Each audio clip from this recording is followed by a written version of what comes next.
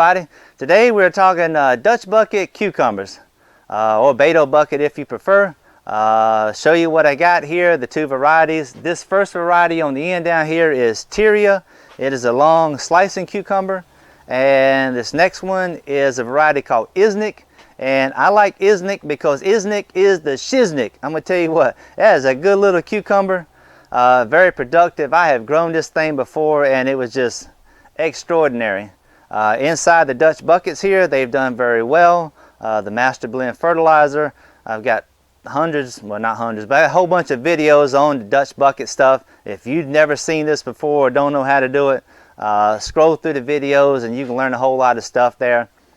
But the one thing I want to point out when you're trying to grow cucumbers in a greenhouse, generally cucumbers are going to need pollination. People plant them outside where they got the bees and stuff. These are Parthenocarpic varieties, meaning they do not need outside pollination help. They are self-pollinating pretty much, which is helpful for me considering I don't get that many bees coming up in here. Certainly not enough to pollinate all this stuff. Now it also would help if I got on the ladder and got that thing all the way up there like it's supposed to be, but falling down on the job. Looking up close at some of these things, I say the Iznik is the shiznik because it really is. There's a lot of cucumbers on there. And you may see some markings and stuff where the little bugs have been eating and stuff like that. The only thing I would tell you in that regard, they're easy, they're very thin skin, just peel them. I try not to do a lot of spraying out here.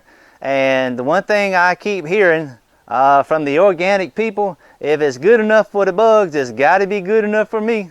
So there you go. I got bug bites on the cucumbers. I guarantee you these are the best cucumbers on the planet using that logic. I'm going to get in trouble for that, but I don't care. Another thing I will point out the difference between these two. The Tyria seems a little more susceptible to some powdery mildew, where the Iznik is not.